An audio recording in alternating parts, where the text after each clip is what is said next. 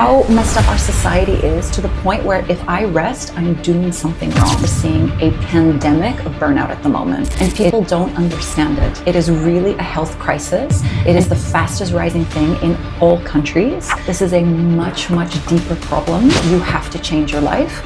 You have to change your mindset. You have to change your relationship with yourself.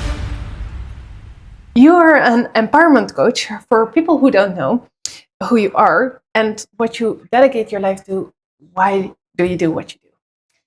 Well, first of all, thank you so much for having me. It is such an honor to be on a platform that is raising awareness in this way. I'm a somatic empowerment coach, and basically what that means is that I teach people how to regulate, how to uplevel their lives using their body. And I started on this journey because of my own burnout, which was devastating and took almost 3 years to fully recover from. This was dramatic. So before my burnout, I was very ambitious, overworking all the time, really trying to create the life of my dreams in this sort of old way of hustle culture that we were taught. And from the outside, everything in my life looked amazing. Like, oh, career, she's been headhunted, she's traveling, she's in a passionate relationship, she's, her social calendar is full, she's working out like crazy. You're winning at life. But inside, I was completely dysregulated. I couldn't sleep because I was so anxious. I was insecure, and I was constantly getting my validation outside of me. So from what I achieved and from what I did for other people. And I kept ignoring my body because my body just has to listen to me and do what I want to do. And eventually I crashed, like I burnt out really badly. And in that time, it taught me the most valuable lesson about how integral our health and our body's health is to success. Because when I burnt out, I lost everything I worked so hard for. Career was gone, relationship was gone, friend circle gone, home gone, fitness, health gone. So I had to really learn, who am I and how can I love myself without that external validation? How can I feel confident based on who I am, not what I do? So in my healing process, I studied the nervous system. I studied how energy works in the body, from ancient modalities to modern modalities. I looked at how the subconscious mind works, how your beliefs impact the physiology of your body. And through my healing process, I then became very, very passionate about teaching other people, especially sensitive women like myself, how to achieve their dreams in a way that does not cost them their well-being. So confidence that comes from within, a body that's regulated and happy, and doing what they want their way, not society's way. I absolutely love that. If you say nervous system, what exactly is nervous system? And if it's dysregulated, what would be the symptoms that a woman would be experiencing right now? I like to describe your nervous system as your own personal home security system. So it's essentially nerve endings through your body that are constantly scanning for danger. And when your body senses any kind of threat, the nervous system gets activated into what we know as the sympathetic nervous system, otherwise known as fight or flight. And so what will happen when you're activated, you have to think that our bodies are still running on the same mechanism from thousands of years ago. Our bodies have not evolved as quickly as our modern society. So symptoms that start to happen is our muscles will become tight because we're getting ready to fight or to flight. So we'll feel muscle tension, especially in the shoulders, in the jaw. We'll feel this tightness. We will have most likely stomach issues. Digestion issues can happen. Bloating, cramping, this type of thing. Our heart rate starts to palpitate. Our breath becomes shorter. Our view of the outside world actually changes. The brain chemistry changes. So we see the world as much more threatening than it actually is. So if I was activated right now, you're just looking at me and I would be like, oh, she's judging me. She hates me. Oh my God, right? Like you're just looking. And my brain is interpreting that as threatening because my nervous system is activated. We'll have things like overthinking, ruminating over a problem, worrying constantly. We'll have very intense emotions. We might get really easily frustrated, angry, annoyed, have a big emotional outburst. Can also have difficulty sleeping is huge. Difficulty being able to relax or rest or let go, and a lot of control impulses come out. Needing to control everything because that gives us a sense of safety. Yeah. So when we have these things, we recognize, oh, my body is in a survival mode. Fantastic, it's doing its job, but we need to understand how to bring it back into safety because we are not designed to live in this activated state. If we live here, this is where the body starts to break down because all that energy is going to run away from the tiger or fight the tiger. Digestive system, put on pause. Immune system, put on pause. Hormonal system, put on pause.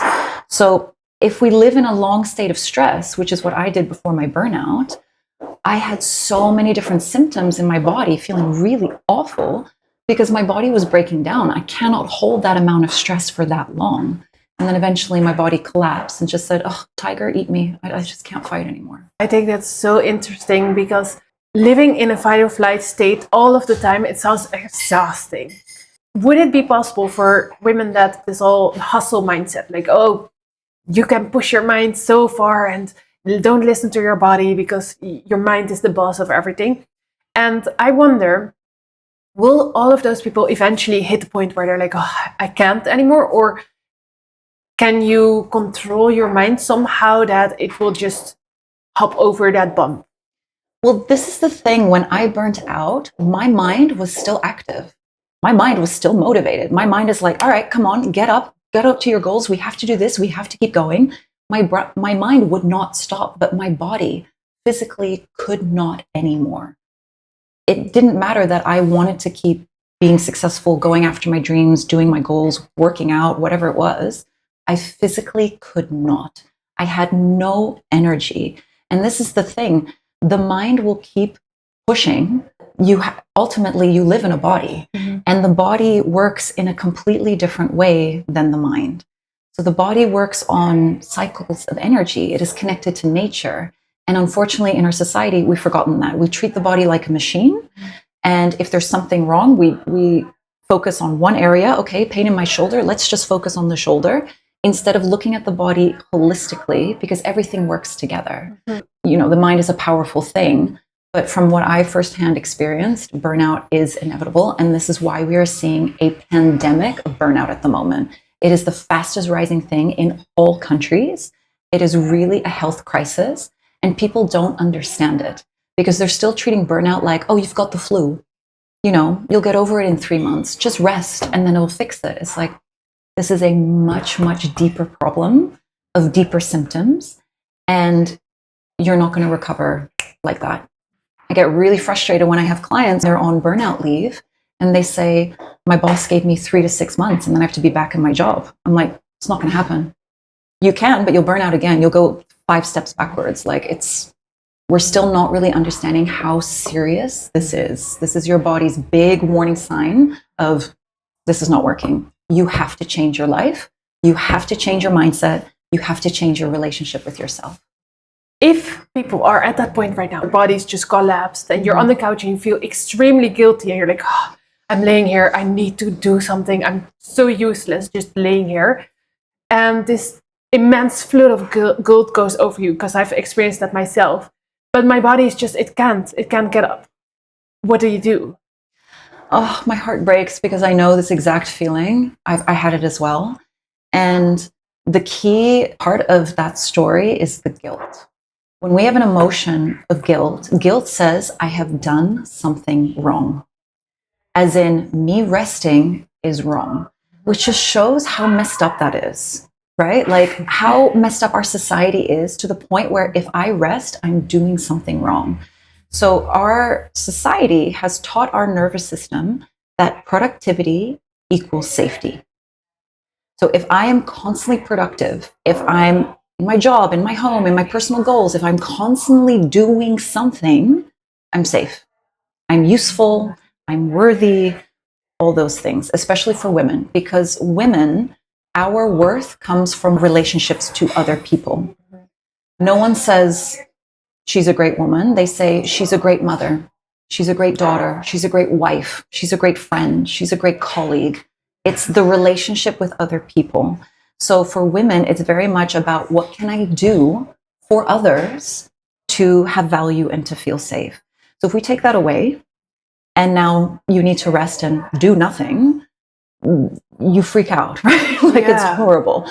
And so part of that is starting to work with the beliefs that your worth is not dependent on your doing, and to start to uncouple that, right? Like this actually goes really deep subconscious work of changing these beliefs around your sense of self-worth, around what you're actually here to do on this planet, and to build a relationship with your body where you understand, if my body needs to rest, that's not a sign of weakness. It's a natural thing. If we look at every other animal, when they're not hunting, they're chilling, they're resting, they're conserving their energy, right? That is so true. It's so true. Yeah. Look at your cat, look at your dog. They have no problem hanging, they're just chilling, right? So we've become so removed from our own body's rhythms and signals that when our body is so depleted and begging us, please let me recharge, we automatically think we're doing something wrong. And we're not. So the first part is really just giving yourself permission. And in my journey, especially, and when I work with my clients, it's almost asking your body for forgiveness and recognizing your body as this incredibly beautiful, intelligent, powerful being, and starting to build a relationship with her. So instead of commanding her, start to listen to her. Like, what does she need? What is she asking for? What are the things that, hurt her in the way of your behavior? And when I first did this, I was on my yoga mat in child's pose for 45 minutes, unable to move. Just unable to move. I could feel the heaviness. I couldn't get up and I couldn't stop crying. And for the first time, I heard my body speak to me. And she said, "Why is it never enough? Why don't you love me? Why do you push me so hard?" And I was a bit like, oh, that's true. I've really pushed her past her limits. And so I apologized to her. I'm so sorry. And I made a promise. And I said, from now on, I'm going to listen to you and we are going to do this together. And I have kept that promise. Oh, that's so amazing. That's the most inspirational thing I've heard in a really long time. And right now, the only question that pops up to me is, what if someone at home is listening to this right now and she thinks, oh my God, I'm cooking for my family, my kids, my husband, maybe only her husband. She is running the entire household, her business.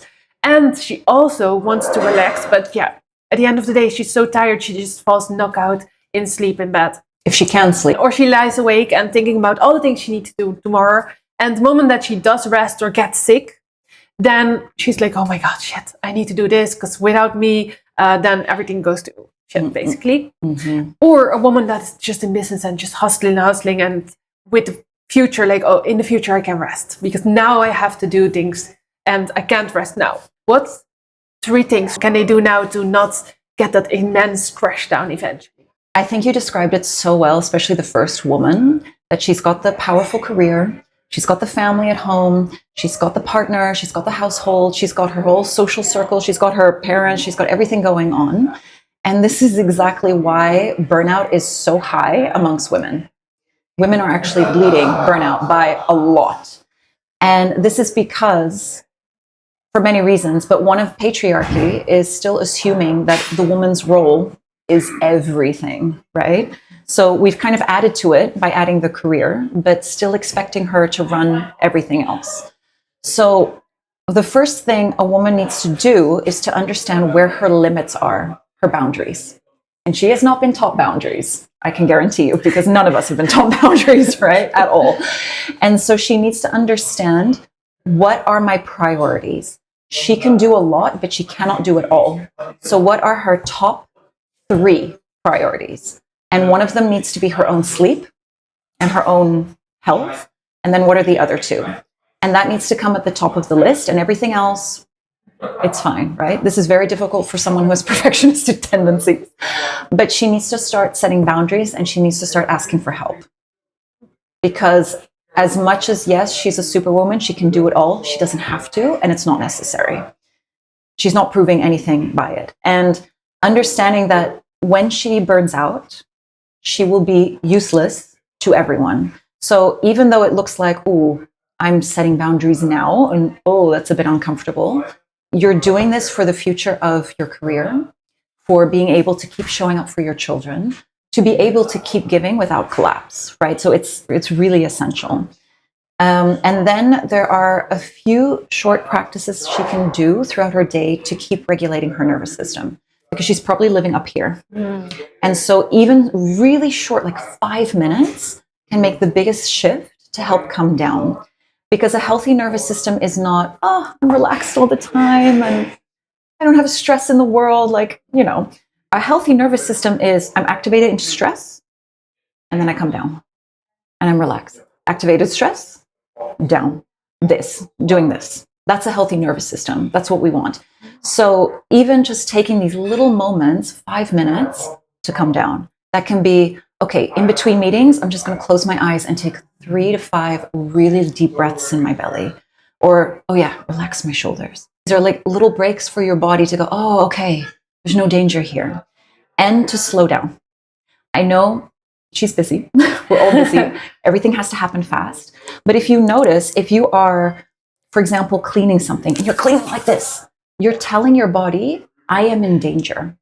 And you're not. You're cleaning your home, right? So even just cleaning like this, you're still going to get the same thing done. You feel more relaxed. You're conserving your energy. You're not wasting all the energy. And you'll find that you actually are much more productive. So I used to rush down the street, and now I walk, relax down the street. I used to like, quick, clean everything. Slow it down. And it's made such a big difference. Just slowing down. Don't eat like this. Just slow down. Even that can start to, okay, body is safe to regulate. Oh, I love it so much. It sounds so uncomfortable to do that. Yeah. If we keep rushing through, we're going to get to a certain point and say, what just happened? I hear people say this a lot, like, oh my God, it's already March. Or, oh my God, it's the end of the year. Or, what happened? The time flew by, because you weren't present, because you're rushing through it. Whereas when we slow down, we savor our life. And even Beyonce spoke about years ago how she had to take a whole year off because there was so much going on and people kept congratulating her. And she's like, I couldn't even hear it anymore. It doesn't mean anything because I'm just constantly, I'm not slowing down and actually enjoying my life. And if you're not enjoying your life, what is the point, honestly? That's a very good point. Then you're basically living to exist and not living to live life. It's so important that the sense of worth and validation comes from within. Because if it's from outside of you, it will never be enough. You can win the Nobel Peace Prize and the Oscar and the Grammy and, have a statue made in your honor and be the most famous, wealthy person on the planet, and you will still feel like it's not enough. And Marissa Peer, who is a hypnotherapist, she talks about this because she works with these high-level clients, and she said they're depressed, they're anxious, they're insecure, they have everything. And they still feel like, I'm not enough because I'm not achieving. And I heard actually a British cyclist, the 3-time world champion in women's cycling. Wow. She's won a gold medal. Wow. And when they interviewed her, she said, I just want to prove that I'm good at something, and I haven't done that yet. Whoa. And I was really like, girl, when is it enough? When do you come home and be like, well done, I did this? It's not enough because her worth is coming from that external achievement, right? Whereas if we flip it and you know that you're worthy, then the goal is, this is something fun I want to achieve, or this is something I'm passionate about, but it doesn't define my worth. So even if I never achieve this goal, it's okay. It's okay, right? Yeah. So then you're able to have a lot more balance because you realize, what do I actually want in my life? And everybody keeps working for the weekend or for the holiday, but then they get the weekend or they get the holiday and they're stressed and they cannot relax because their body is like, I don't know how to relax. Or they get to retirement and they're like, what do I do now? Exactly. And they have an identity crisis. I'm a big fan of creating the life you want now. so that you don't get to the end of your life and go, oh man, I wish I hadn't worked so hard. And actually, it seems counterintuitive, but the more you rest and you work with the natural cycles of your body and you work with your nervous system, the more productive you are.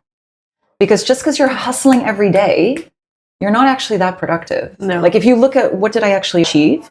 Well, I sat behind a screen freaking out for a while, but what did you actually achieve? Whereas if you're much more intentional with your time and your energy, you can get so much done in a shorter amount of time. Plus you're happier, healthier, and you're inspired, and you have motivation to keep going. I'm really curious about why it is that rest feels unsafe for women. So I mentioned that the nervous system sees productivity as safety, Yes. right?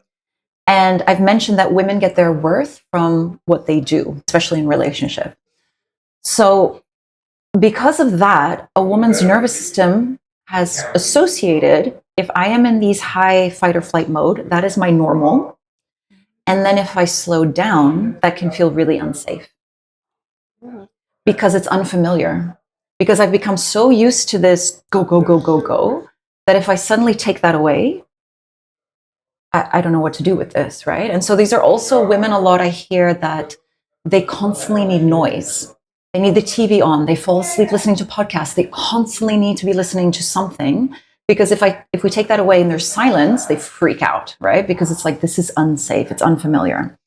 So a lot of that time, the rest is associated with worth, with a fear of falling behind, with that guilt of I should be doing something, I should be people pleasing, I should be doing what other people expect of me.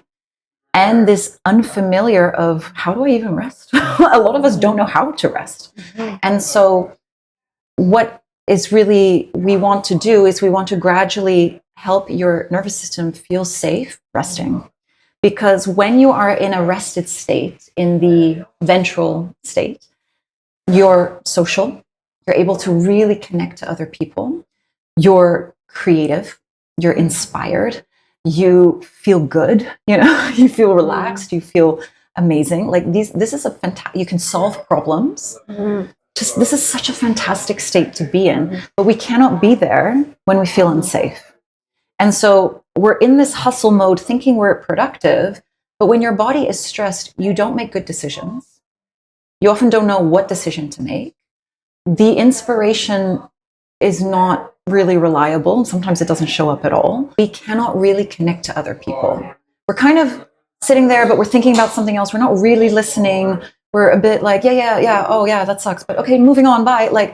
So we're not really present or connecting with people. That is so interesting because now that you're saying this, I remember a conversation I had with a friend of mine. We do this accountability group. So we keep each other accountable of that we post and do the stuff towards our businesses that we want to be doing. But then I was like telling her that I was so tired to edit content while sitting. So I was resting basically. And she said she did the same. Yeah. But she was scrolling on TikTok to find new ideas for business, but she was also sitting and relaxing. And that is the thing that we call like taking a break. And then I saw this reel on Instagram where a girl showed like, oh, this is not taking a break and you're on the phone. Yeah. And then she was just lying in the park. My head was like, oh, this looks horrible. Because you're just, how many hours are you like spending just laying there? You know? Yeah. And for a woman that is listening right now, that's also like resting while doing some soft editing here or there, or reading, maybe like a book that educates her. That is then not really resting, I assume. No. Why? Because your brain is still taking in information. You're still learning, you're still strategizing, this is still working. So even though you're sitting in what looks like a relaxed position for your body, your nervous system's still activated. So you are, if in the example of scrolling, you are getting impulses of information like this, which our brain, this has only happened in the last few years. Our brain is like, what is happening right now? And based on the content, it would most likely trigger some sort of thing within you. Oh, they're doing more, I need to do that as well. Comparison. It can be fear in some way, like, oh, there's horrible things in the world, whatever. But there's something that's being triggered there as well. And then that feeling of, oh, to lie in the park, that's a waste of time. Yeah. It's really looking at what is the fear behind there. First of all, why is it seen as a waste? Why does every second of your day have to be productive? And if it's not, what is the result? What is the fear? Right? And when we look at that, we get answers like, I will fall behind. I will never be worthy. I will never achieve my dreams. I'll never be good enough. I'll never, and those are stories that are not based on truth. So we're running on this very insecure belief that is draining our bodies and making life really not fun. No. Because I used to work in this hustle mindset, especially when I was starting my business. Do you know how boring I was? So boring. All I did was work. I would catch up with people like, so what's new with you? I can only talk about work. It's like, did you do something fun? Did you discover something cool? Did you no, it was just work. I'm living behind a screen, and I got depressed. I got really depressed. I'm like, I'm productive, but I'm miserable, right? So it's understanding that you're an animal. I know us humans think we're above it, but really we're an animal. And if we had a dog constantly in front of a screen, we'd think, oh, this is not healthy, right? Go play in the park, go run around, go interact with other dogs, go enjoy. But yeah, so it's weird that we expect it from ourselves. Yeah. And that everything has to be, this is from a capitalist society. This has been pushed in since the Industrial Revolution, right? Yeah. And basically, it's this constant push for productivity, which is capitalist. You must always be growing. You must always be doing and earning. All of these modern devices, computers, were designed originally to make us work less.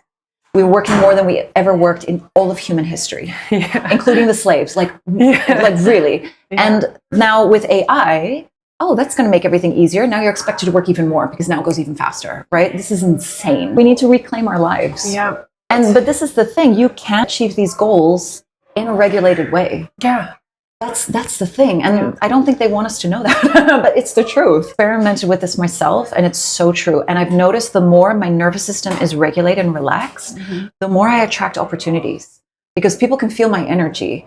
All of a sudden, a new client comes in, or invitation to teach a workshop or teach at a retreat. And I'm like, it's always when I am relaxed. With my clients as well, they're like, oh, wow, now things are starting to flow in. Like, yeah, because we're not trying to control everything. And there's space for things to come in. Yeah. If you are constantly busy and this amazing opportunity comes in, you're not going to have the time, energy, or space to be actually do that opportunity. Before we started the podcast, I already told you that your energy is so good. Like I said, you're enjoying life. Yeah. And I feel that. Yeah. And it's just like a whole bubble around you. So I can imagine that when more people are like this, other people will feel better because they're in their presence. Yeah, and we want to work with people who make us feel good when we're around them.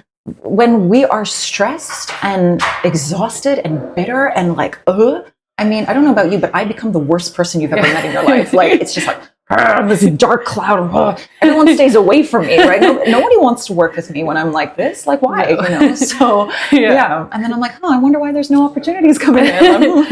Sometimes when I'm at home, I like the same mood that you just spoke about. My husband said, oh, you're like this Donald Duck with the clouds about your head that's rain and like dark lightning clouds. And lightning. Yeah. How do you actually know the difference between being driven and being stuck in a chronic stress response? There's nothing wrong with being ambitious. There's nothing wrong with being driven. It's part of the human spirit. We wouldn't be here as a collective species if we didn't have ambition, right? So well done for us. So the difference is when you're driven, it feels exciting. It feels good. It feels fun. It feels inspirational. It feels like, okay, here we go, And there are healthy boundaries around that. So when you get to the end of the working day, you can close the laptop and say, we did great today. That was good. Nice. I'm looking forward to tomorrow. It's going to be great. Like this sort of momentum. Chronic stress feels to me like like this. Chronic stress is, I can't relax. I don't have time. There's too much going on. Heart rate, anxiety. I can't sleep. I keep overthinking. I'm worried about this. I'm like, you feel it in your body, right? You feel it in your body, just feeling anxious, stressed, unwell. Your brain is just either obsessing and overthinking or unable to focus at all. These are the two things that start to happen, right? and being unable to sleep, your body will tell you something is wrong. You will feel it, and you will start to get symptoms affecting your health: headaches, stomach pains, digestive issues, breathing, heart palpitations. Your body is giving you the warning sign, babe, this is not okay. Stop. Something's wrong. So I'm always a huge fan of listen to your body. Your body is so wise and has so much valuable insight. And I've noticed that when you're connecting to your body and you respect your body and you listen to your body will give you very clear direction of where to go, of what to do, what not to do, who to be with, who not to be with. It will be the strongest compass you ever had. I go on dates and my body's like, yeah, we want to see this person again. I'm like, okay. My body's like, oh, nope, get out. Okay, we're leaving. And there's no logical thing going on, but my body's telling me, and I always listen. So you never think that your body might be saying the wrong thing, or that it's just like time of month or something where your hormonals are different? A lot of the time, our nervous system is responding to the other person's nervous system. Humans are designed to co-regulate. So if we are in a group of people and one person starts to panic, all of us are going to panic, right? One person starts laughing so much, all of us are going to eventually start laughing, right? Because our nervous systems co-regulate. So whatever someone feels, the other person feels. For example, if your husband comes home and he's in the worst mood, he's really angry, and you feel it in your body, your body reacts, 100%. Right? Or if you're feeling this and someone's like, hey, sweetheart, and you're like, oh, now I can relax because I'm with you. We're co-regulating. So our bodies are picking up on information subconsciously. And when we understand that, we can really read people, we can read rooms, we can read situations, and we can make decisions from that place. Of course, it's something like, oh, I'm extra sensitive at this time of the month. Okay, I take that into consideration. But let's listen to the information I'm being given. A lot of women overthink everything. Myself, I'm sometimes stuck in rumination, and I'm going to think my way out of it, which hardly ever happens. How do you get out of overthinking and get rid of this feeling that you're like so stuck in life? Yeah, okay. So overthinking is your nervous system feeling unsafe. So you've been activated into fight or flight, and the brain is going crazy. And our brain has a negativity bias, unfortunately, which means that it's going to look for problems and it's going to look for danger because that's what's kept us safe. So, people that, come back from a holiday and you ask them, how was your holiday? And they say, oh, our flight was delayed and the blah, blah, blah. And they talk about everything that went wrong. And you're like, what's going on? That's the negativity bias in the brain. So the brain thinks, and it's as cute as it is, it thinks, let me come up with the worst case scenarios so you're prepared, right? What if this horrible thing happens? What if this happens? Oh my God, what if this happens? Drama, drama, drama, drama. Problem is we get stuck there. So we just stay in this loop and we feel anxiety, we feel panic, and we can't sleep. And we're like, oh my God. And we just the same loop going over and over and over again. You cannot really think your way out of this. So with nervous system regulation, you have to work with your body. So the first thing is you need to discharge the stress from your body because your brain has been hijacked. It's not operating the way it normally does. And after that, a technique I really like from Marie Forleo is to answer the questions. So the brain is saying, what if the worst case scenario happens? You say, okay, let's say the worst case scenario happens, right? I'm homeless under a bridge. Now what? What do I do? And the brain starts to move into problem-solving mode. It's like, well, I could call everybody I know and ask, hey, can I sleep on your couch and I will clean your house in exchange? And you just start to come up with creative ideas. And then you realize that no matter what situation you come in, you will be okay. And 90% of what we worry about never actually happens. Yeah, very true. First, relaxing the nervous system, calming down, and then going into that creative problem-solving mode. Let's say worst case happens. Then what? I will survive. I will figure it out. When it comes to decision making, a lot of the time we get in paralysis because we want to make the right decision. Yeah. What if this is the wrong decision? With my clients, I actually take them through a technique to ask their body, so intuitively what their body chooses. And then I remind them that, let's say you make this decision and it's the worst decision ever. You can always make another decision. Yeah. This is not forever. There is rarely anything in life that is forever. You can get divorced, you can sell the house, you can quit your job, you can leave the country, you can start over. You can always do something else, right?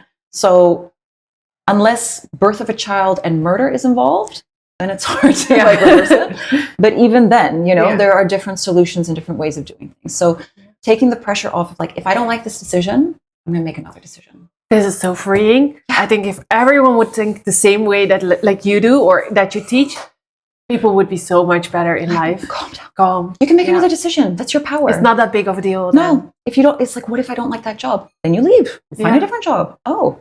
Like, yeah, you can make decisions. But I mean, you have to think of the way that we all grew up, right? We grew up in an educational system that said there is only one right answer. And if you get it wrong, you fail and you'll be punished for that. We took our very creative mind and we brought it into there is only one right way to do things. And that is the way everybody else is doing it. So that's also why, like, when I have clients that say, actually, I want to do something completely different, I'm like, yes, do it. Because this way, a lot of people are very unhappy in this life we've been taught how to live, right? Yes. So yeah, it's just understanding your brain has been taught there's only one right answer. And we now need to teach our brain there are many, many, many right answers. Millions. And you can do things in a different way. It doesn't always have to be that path.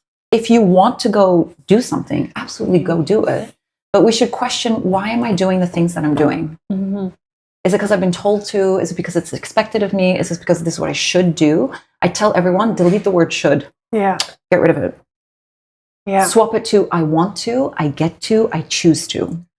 Oh, and then you see like, is this actually aligned with me and with what I want? Yeah. Oh, great advice. Because I had one client who was a very successful lawyer. Oh. Very successful. But her body was breaking down, like really extreme health issues. So when we started working together, we started working on her energy, her boundaries, her nervous system. And I asked her, what do you really want?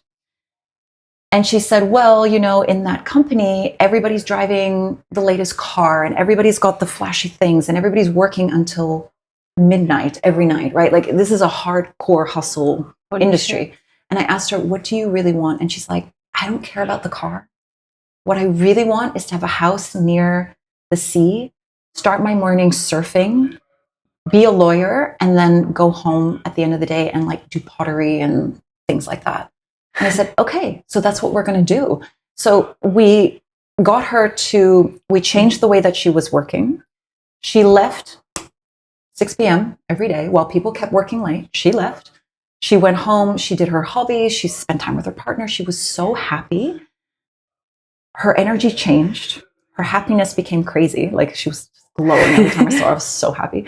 But on top of that, her boss came to her and congratulated her on the quality of her work and how she had done so amazing.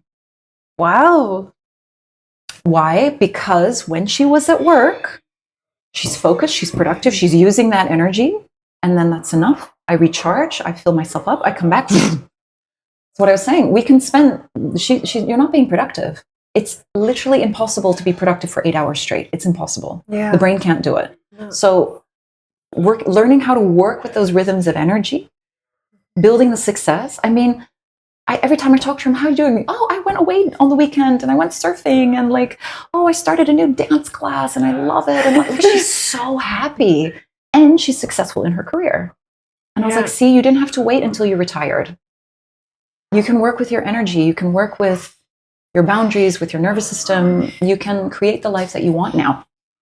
When I used to do like cleaning back in the day, I cleaned like really big mansions and it was amazing. It's like, holy shit, this house is great. I want this too. But then they were never there. And I need to open and lock the house. And then sometimes I could clean until like 9 p.m. or something. And then they were still not there. It's always empty. Yeah. What is it for? Status, maybe. Yeah, but that's again, I need validation from other people. Yeah. I need to show to other people, see, I'm worthy and successful. I need their admiration. Yeah. This is what keeps us trapped. It's the same with social media. I have to constantly prove that I'm doing well. I had a friend who she would only post when she was depressed. Like when she was depressed, she would post more and more pictures of like, best life ever, la, la, la. And I'm like, wow, you seem really happy. She's like, I'm not. And when she was really happy, she didn't really post much. And I was like, that's interesting. I wonder how many people are in that same pattern of I feel insecure, I don't feel good, so I'm going to post. Yeah. So much on there is just smoke and mirrors. It's not real. No, which makes other people that consume that content like feel more doubtful and insecure about their own life. Of course. Yeah. So it's just like a loop of the world, probably. Yeah. I did a lot of research, and I came upon multiple comments of people that describe their life in such a horrific way, where they describe that like literally every single thing triggers them, puts them off. They're overwhelmed by everything. Their mom says, "Hey, how are you?" And they're like, "Oh, I can't deal with this now." For a person that's listening to us right now and says like, "Oh, yes, that's me. I can't deal with, I need to get away. Don't bother me, go away." They're constantly angry or overstimulated or triggered. What would be like the first thing they need to start with right now to get back to base? What's happening is their nervous system has been flooded. And then any little thing that happens is too much, right? So this person has been living in a high stress environment for quite a long time. And sometimes it feels like there's something quote unquote wrong with that person, but that is not the case. So it's very interesting because if you identify as sensitive or if you identify on the spectrum, then a lot of the time your nervous system actually takes in more impulses than a quote unquote normal nervous system, right? So your brain, let's say the average person takes in, I don't know, 10 impulses per second of what's happening, stimuli. Someone with a sensitive nervous system, sensitive way of being will take in about 20. So they're feeling and experiencing so much more, right? This is when people are like, wow, it's too loud in here, it's too bright in here. I can hear 5 conversations happening at the same time. Like it's overwhelming. And so what we need to do is we need to regulate the nervous system. This is the thing. Everything with the body first. You cannot think your way out of it. You need to regulate the body. And that is discharging the body of that adrenaline and cortisol, and then teaching the body safety, coming into safety. It is safe to be here. It is safe to be in this moment. Nature is a very, very healing place for our nervous system because we regulate with the different energies. The ions in the soil, when they contact with our feet, they actually balance energy through the body and how we feel. It balances through the nervous system. So walking bare feet in the grass, really, really great to calm down stress. Yeah, really, really, really great. So there's so much in nature that heals us because we're connected to nature. Oh, I love that. Because I have a little dog and my dog sleeps at least 10 hours a day. Sometimes I'm a little jealous of him because I'm like, oh, he snores. And then, I'm like, oh, life must be so good for you, little buddy. But then we walk. And I remember the other day where I saw this woman that lives in my neighborhood as well. She just took her shoes off and she was just walking in the grass. And it was a rainy day. It was super cold. I was like, whoa, that's so weird. But at the same time, I had so much respect for her because I know the concept of grounding. I don't practice it so much, unfortunately. But then I saw her doing this and I had so much respect for this woman because she didn't have a care in the world. People were walking by, cycling by, and they all stared at her weirdly because, well, it's not something that you see every day. And then she was just doing it. And I was like, wow, this is really cool. The freedom of not giving a fuck. Exactly. What we are afraid people judge us for is what we judge ourselves for. And we think that we're the center of the universe. And we have to remind ourselves, oh, it's not the Truman Show. Yeah. Everybody's busy with their own thing. Like, really, I mean, how much time do you spend thinking about other people? Yeah, hardly none. Yeah. I think about myself. Yeah. And I mean, your close ones, if they're going through something or, like, oh, yeah, what can I do for them? But I mean, that person that you saw dancing weird on the street, like, you don't think about them again. You don't even remember what they look like. So we're not as important as we think we are. Exactly. Nobody cares. And I've seen the only people that do care are like projecting. It's almost sad that they care so much. How do you mean projecting? So when we judge other people, there is something that we are judging within ourselves or suppressing within ourselves. So for example, let's say we have a very repressed relationship with our sexuality, right? We've been taught this is bad and wrong and you need to hide it and all the things. And this is how we live. And then we see people who are very open and free with their sexuality. We are going to judge them because we are repressing something within ourselves. So that's where the judgment is. And we get so fixated on that. And when I see people fixated, I'm like, don't you have your own life? Why are you so bothered with someone else? Like, it's actually really sad to me. Like, you don't have hobbies. You're not happy. Like, only insecure people will rip down and criticize other people. Because if you meet confident people and you feel confident, You don't see people as competition. Why would you? Yeah. They cheer you on, right? They're like, yeah, good for you. Celebrate you. Yeah, like there's more, there's enough for everyone. They feel comfortable in themselves. So everybody's behavior to other people is a reflection of their relationship with themselves. Makes so much sense. When you're in a good mood, you're nice to everyone. Yeah. When you're stressed out, you hate everyone. Yeah. Right? Like it's a reflection always. So when you see someone, you don't take it personally. When I'm like stressed out and I'm in the line for the supermarket, I'm like, walk. Why are you not walking? Yeah, you're in a fight mode. Yeah. And when I'm like relaxed, I'm like, oh, I have some time. I'll start talking to the person next to me and la la la. Yeah, it's really then you're in a regulated ventral state in your nervous system, right? You see how the nervous system impacts not only your experience of the world, but how you see the world and how you connect with other people. Yeah. Like when you're in a fight state, I mean, I get in a fight state every time I fly. And I hate everyone on the plane. And I'm the worst person to be around, right? But like when I'm regulated and relaxed, I love everyone. Everyone's great. Like la la la la. For people that, for example, travel a lot, your sleep kind of suffers from that. If you don't sleep well, you get more cranky. Everything basically goes a little bit less than usually. How do you make sure you stay in a regulated nervous system even though you haven't slept? Oh my goodness. Sleep has to be a huge priority because we don't function without sleep. And we are very underslept as a society and as women because all the research about sleep were based on men. And when they looked at women, they're like, oh, women actually need more hours. So the 7-8 hours, that's for men. Women need 8, 9, 10, sometimes 11 hours sleep. So we need even more because of how our hormones work, right?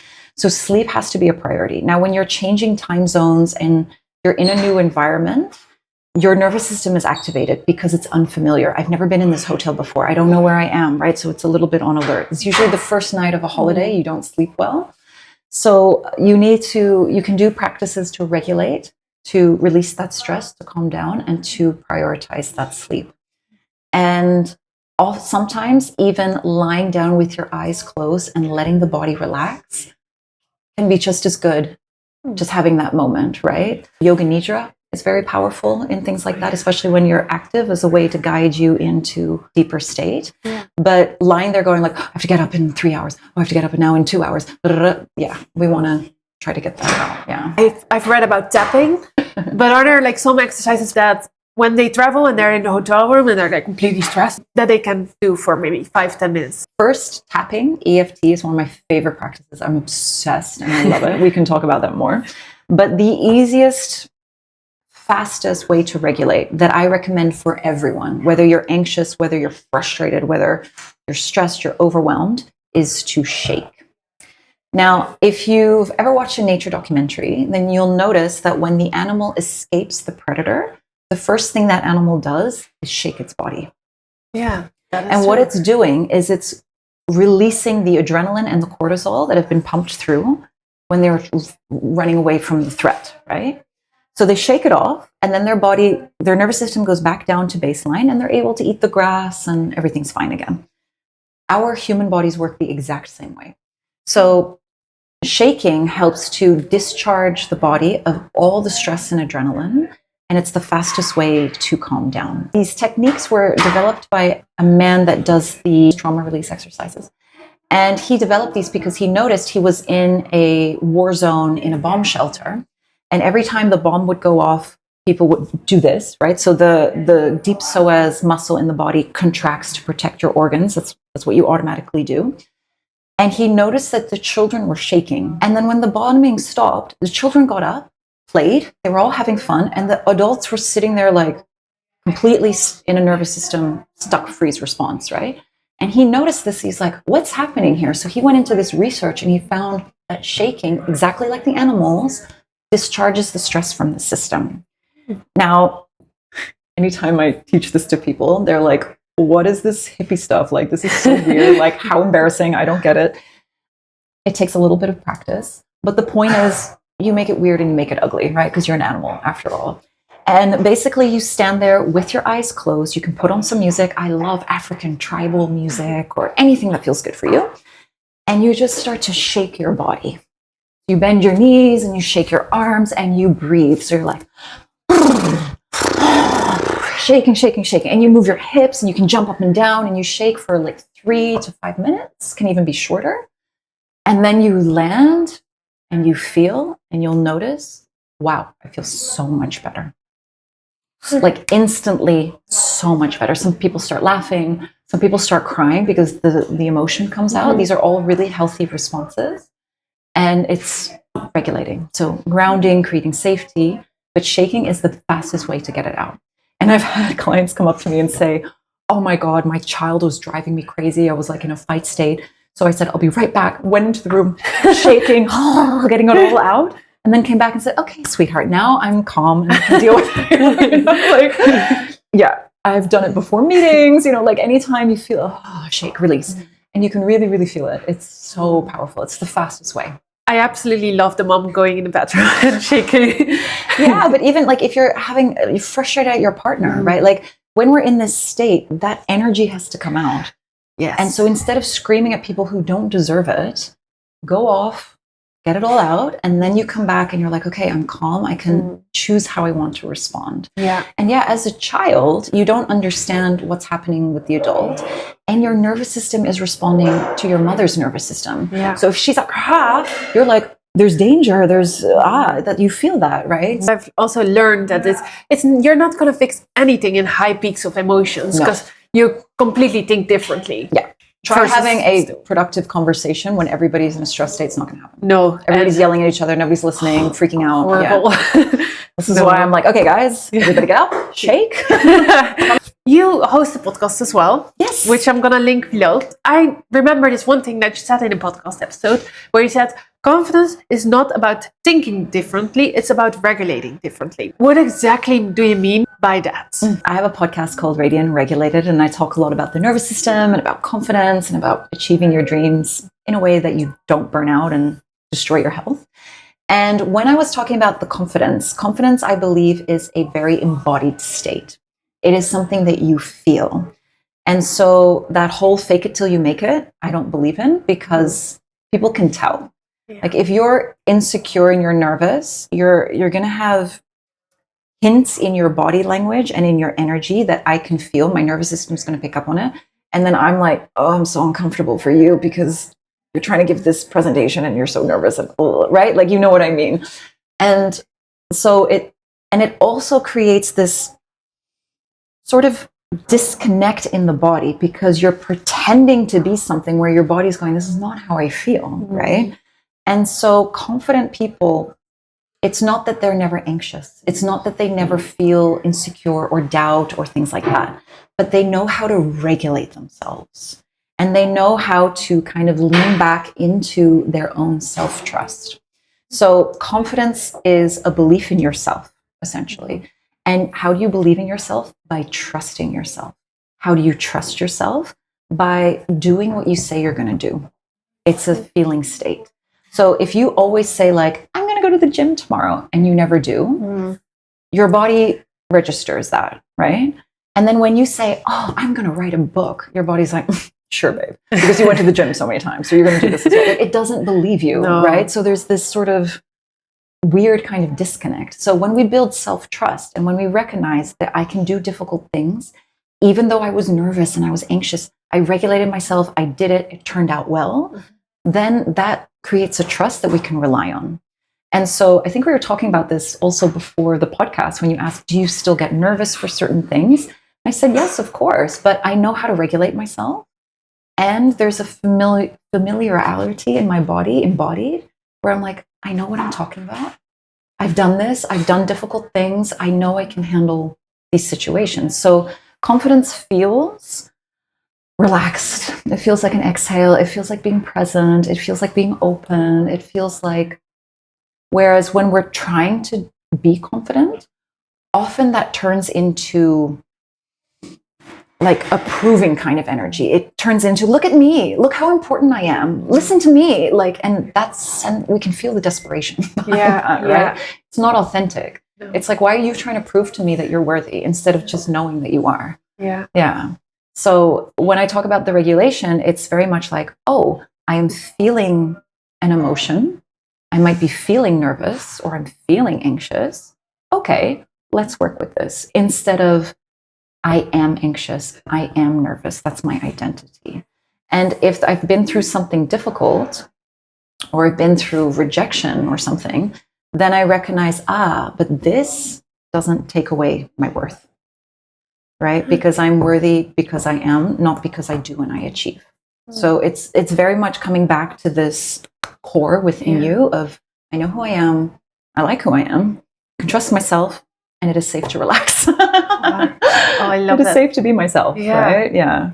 Yeah, because I think especially I'm on social media a lot, and then the number one thing that's basically going around on social media is be authentic. Yeah. But honestly, when you open social media, not a lot of people are really authentic. They just copy other people, which is good because it works. But who are you actually as a person? Yeah. And I feel that is really missing on social media right now. Yeah, and the thing is, people can tell. Yeah. So I follow someone on YouTube, and she just announced like that she was going through a really difficult challenge. But all of her vlogs were very positive and upbeat.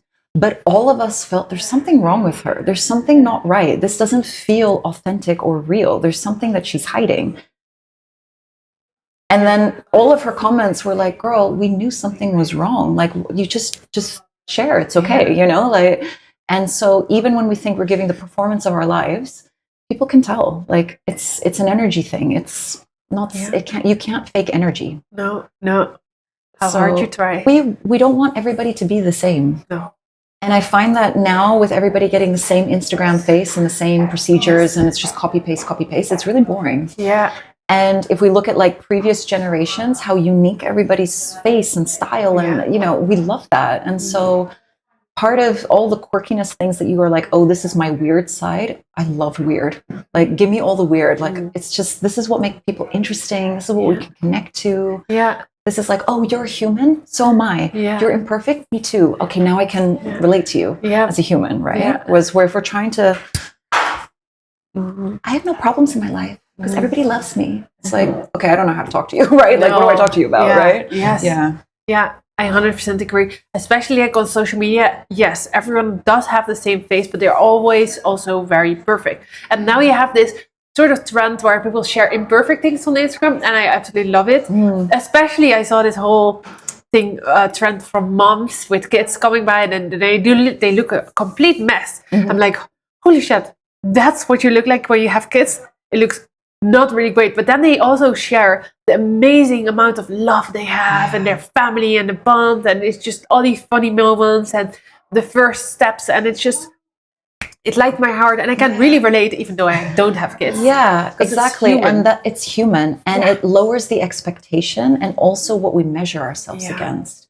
Because with this perfect curated image, we look at that and we're like, my life is not like that. I'm failing. There's something wrong with me. Whereas like, no, you're being a human. And you can see how thirsty we are just to be like, show me something real. Show me your life as a hot mess because you're still hot. Yes. Right? And we love it. Yeah. But like, it gives permission to everyone of like, okay, I can relax. It doesn't have to be perfect. What is perfect even, right? Yeah. Do we have to force boredom here and there? Ooh, that's a very interesting question. So I think boredom naturally arises when you try to rest, just because of how overly stimulated we are. I mean, I don't see anyone just standing in a line or waiting for a bus. It's phone. Yes. Entertainment, dopamine, right? So if we take that away, yes, you will feel bored. Is that normal? Actually, boredom, studies have shown boredom is a really good state, and it fosters more creativity. So think about when you were a child and it was like, I'm bored. And your mom's like, go find something to do. Yeah. And you're like, okay.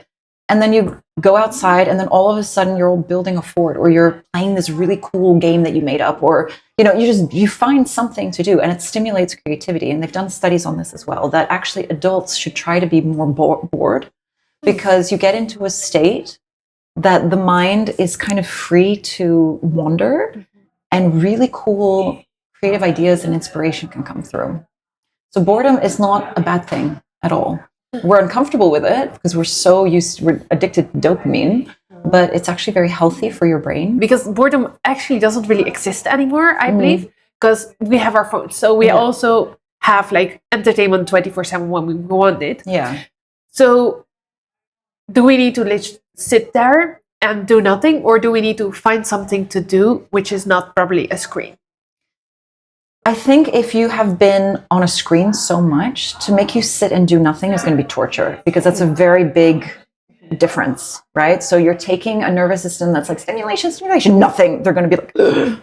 They're going to freak out. It's like when you tell someone who's anxious to sit down and meditate, it's not going to be successful at all. It's not going to work. They fidget, they keep thinking about everything.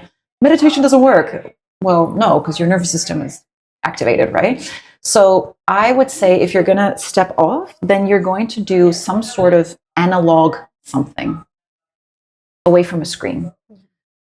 Whether that's drawing and coloring, whether that's writing, whether that's making something with your hands, whether that's moving your body, going for a walk without the headphones, without the screen, just something that is still active. So you're calming that part of your brain that's freaking out that you're not doing anything, but already taking the stimulation down a bit, and then moving into times where you just do nothing.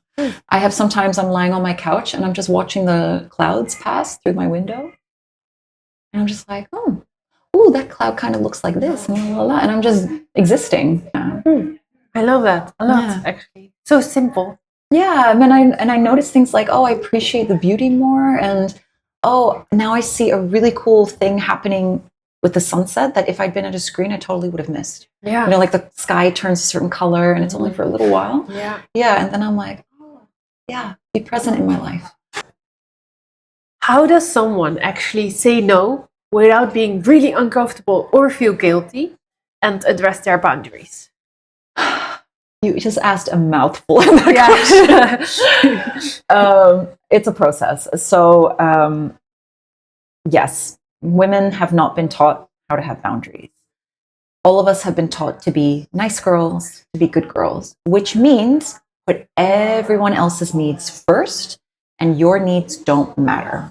So go hug your uncle. I don't want to. Go hug your uncle. Okay. Like what I want doesn't matter, right? So this has been drilled into us since we were very, very young. And so a lot of women don't know how to hold boundaries. So a few things happen. When they get overwhelmed, they either explode and start yelling at everybody, usually at their partner or their children, get the most of the brunt of it. Or instead of being able to directly say no, they will make excuses. They will say vague things, like, yeah, I think I can, I'll try, la la la. And then they'll ghost, or they'll, do kind of dodgy behavior to try to, or make excuses that aren't real, Oh, I can't because my aunt is coming and I have to fix her whole house. So part of what a woman needs to do is first understand what her boundaries are. Where are her limits? What is okay and what is not okay, right? From every level. Is it okay if I borrow your stuff? Is it okay if I keep my shoes on in your home? Is it okay if I call you after a certain hour? Whatever. What is okay and what is not okay? And then we need to do nervous system regulation, because this is new to your body. So we have to make your body feel safe and being able to say no. And then we learn also how to communicate clearly. So to minimize that pushback, because that's what we're afraid of, right? We're afraid if I say no, that person will love me less. I will not be included. I will be attacked. And all of this is unsafe. Because for our bodies are still running on a program from thousands of years ago, right? So if someone didn't like me, or they yelled at me, or they took their love away, I'm going to get kicked out of the tribe. If I get kicked out of the tribe, I'm going to go into the wilderness by myself, and I will probably die because it's hard out there, right? That's the system our body is still running on. So we need to understand, okay, for my body, I understand why I'm afraid of this. It makes sense. It's okay, sweetheart. Mm-hmm. So understanding how to communicate clearly. And when we set boundaries, we are not telling people what to do. They are not commands, because everyone has free will. So just because I set a boundary doesn't mean you have to listen to it. But if you don't listen to it, there will be a consequence from my end, right? So if I tell you in a command, don't call me at work, what does that do to your body? You feel a bit like, why are you attacking me? And you're going to defend yourself, right? And we're going to have a whole argument about this. So instead of that, I will say, I don't answer calls during work hours. You can call me all day. I'm not going to pick up the phone, right? So my phone is ringing, or it's on silent, or I put on Do Not Disturb. I'm not going to answer. I will answer my calls after working hours. That person now knows how to treat me. They knows like, okay, if I want to call Alicia, I have to wait until after working hours. Otherwise, I'm not going to be able to chat to her. And that's what I hold. Ring, ring, ring during work. I'm not going to answer it. Right? So you have to hold that boundary. So everything is about you. This is what I prefer. This is what I want. This is what I tolerate. This is what I don't. This is about me. It's not about you at all. And you can do whatever you like, but this is my boundary. So in terms of getting rid of the guilt, that's the work that I do with my clients. I also have a program called Boundary Queen, which we really go deep into this. But it's really turning that story of I'm doing something wrong by putting myself first and switching it. Because you saying no to things you don't want to do is actually much more loving to the other person. So if you ask me out for coffee and I don't want to, and I'm like, oh God, now I have to go have coffee with her, and I drag myself there, and I'm like, sitting here with you, but I'd rather be doing something else. I mean, is that nice for you? For me, I'm like, if you don't have coffee with me, don't have coffee with me. Like, I don't want you to be there if you're not happy, right? Like, don't waste my time. So saying no allows you to say yes to the things that are really yeses for you. If, let's say, you ask me for coffee and I really want that, yes. And now I'm with you and I can give you my full attention and my energy, and it feels good for you and it feels good for me.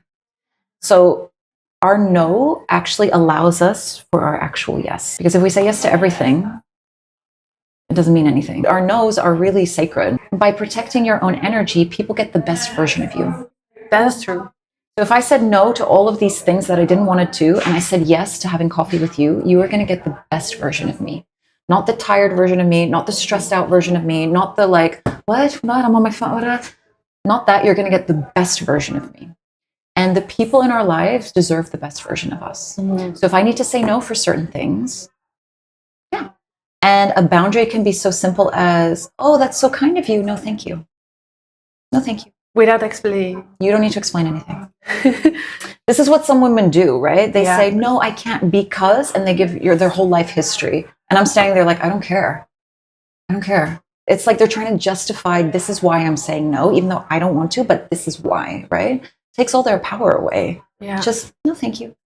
It's enough. I like that actually a lot. Yeah. Because I feel like every single woman that I've ever spoken to, they always explain. Because they're trying to get your approval. Yeah. Because they're afraid, have I now created conflict? Right? Do you feel rejected by me? Do I still belong? Are you still going to love me and include me? So I need to explain why I'm saying no. Instead of like, oh, honey, no, not tonight, but another time is great. If you want to. Maybe you don't ever want to see this person again. That's fine as well. And then you just say, no, thank you. No, thank you, but no. That's so nice of you, but no, thank you. I have other obligations. My favorite quote from Friends. So I think it's like in the first season. Joey and Chandler ask Phoebe, hey, do you want to come help us move? She said, oh, I wish I could, but I don't want to. And I was like, yes. I don't want to is perfectly reason enough. That's the answer my father gives. Yeah. Do you want to come do this? No, I don't feel like it. Okay, we can't argue with that. Like, okay, he doesn't want to. Yeah. But Phoebe is like sort of famous for, she's really bold, really out there. She just says what her mind's basically thinking. And she is really loved in the series. Outside, you would think the person that's like such like a pleaser, people pleaser or something, they are usually walked over on, and then someone like Phoebe is loved. People respect people with boundaries. With people pleasing, we think that we're being so nice and we're being so kind and we're so generous and loving. No, we're incredibly selfish.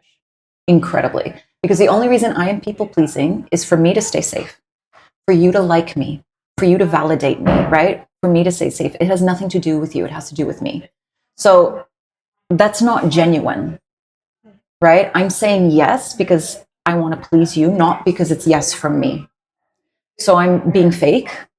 This is harsh words, but ultimately deep down, this is what's true, right? And so people who are very clear with their no's, I mean, they're very confident, they're wonderful, and people like that, they respect that. If you have no boundaries, people don't respect you.